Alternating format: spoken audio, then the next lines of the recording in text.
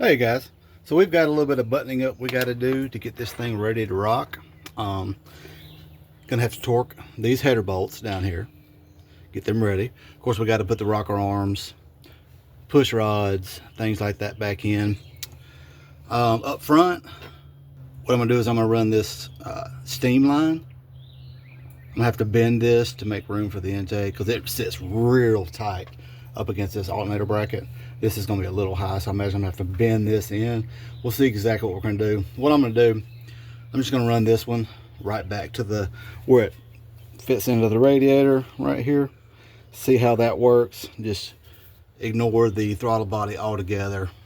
Got a little bit of work to do back in here. I broke a couple of grounds. I'm going to have to fix those. Need to swap these bolts out here for these pancake style. There went my damn glasses. Son of alright, gonna have to swap about for these pancake style right here. Alright guys, so this is where we're at. I've got the headers torqued down. Of course, you know, after you run a little bit, you're gonna have to retorque them. See that orange cap right back there? That was the evap line. I've capped it off for now. I'll deal with everything under the truck later on, later date. And I'll just turn that off with my HP tuners so it doesn't throw any codes or whatever. We'll just turn that off altogether. I had to fix this ground back here, and I've got that squared away. And you can see the first pancake bolt right there. Those come with your fast kit versus that's in there. I'd say it's about a 1/4 inch lower than those standard hex style, just to help it clear. And I'm just doing these one at a time and just retorquing as I go. May leak, but hopefully not. We'll see.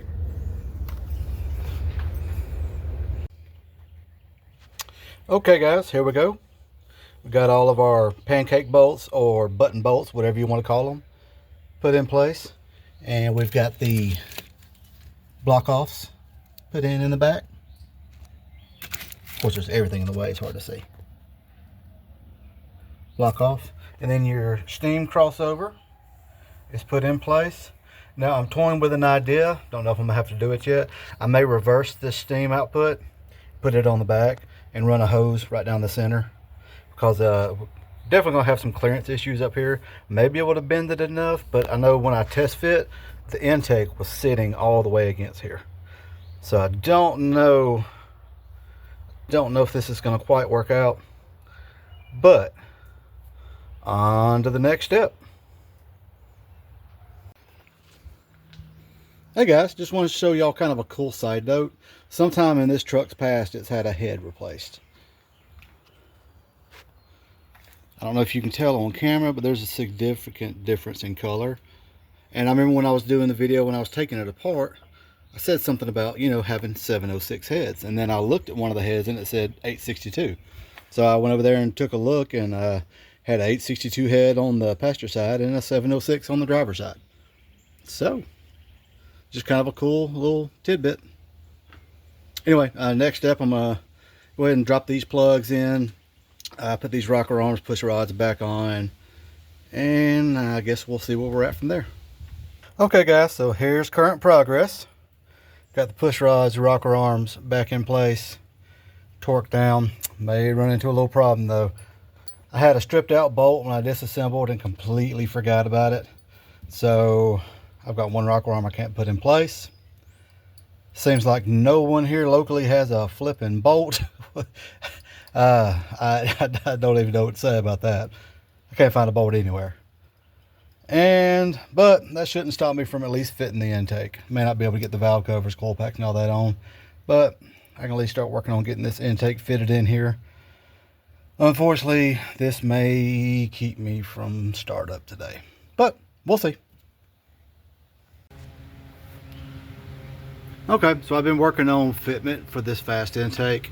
What I figured out how to do, this passage up here, this vent, this steam vent, whatever the heck it is, I've been working on getting this bent just right so the intake will sit down in here. What I've decided to do, instead of running anything but throttle body, I'm just going to catch it right here and run this hose back to the radiator. Shouldn't be any problems with that. And if it keeps giving me issues, I'll bypass it all together and just get a couple of block offs. Okay guys, if you're doing this fast intake, it tells you you may have to bend your little, I don't even know if I can get an angle on it.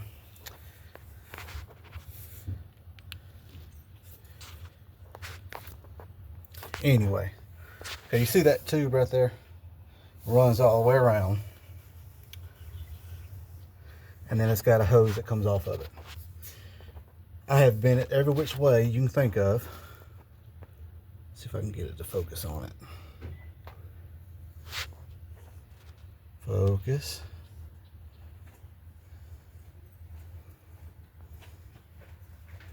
There we go.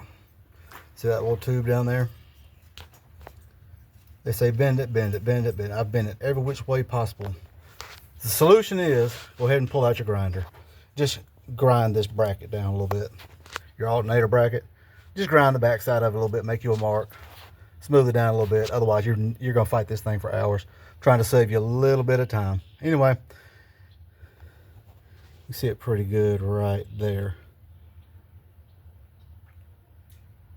But if you grind it out a little bit, you better easily just kind of bend it back out of the way and still get a hose on it. But there you go.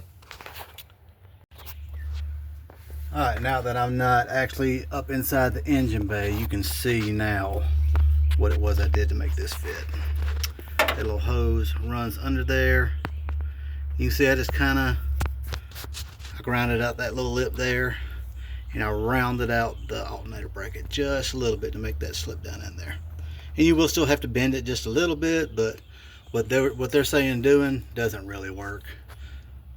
Not if you want to keep a hose on it. If you're just blocking it off, you know, no biggie.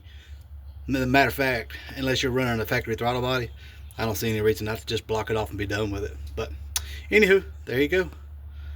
Anybody who's messing with this fast, that will save you some time. 04 Silverado. And she's coming together pretty good.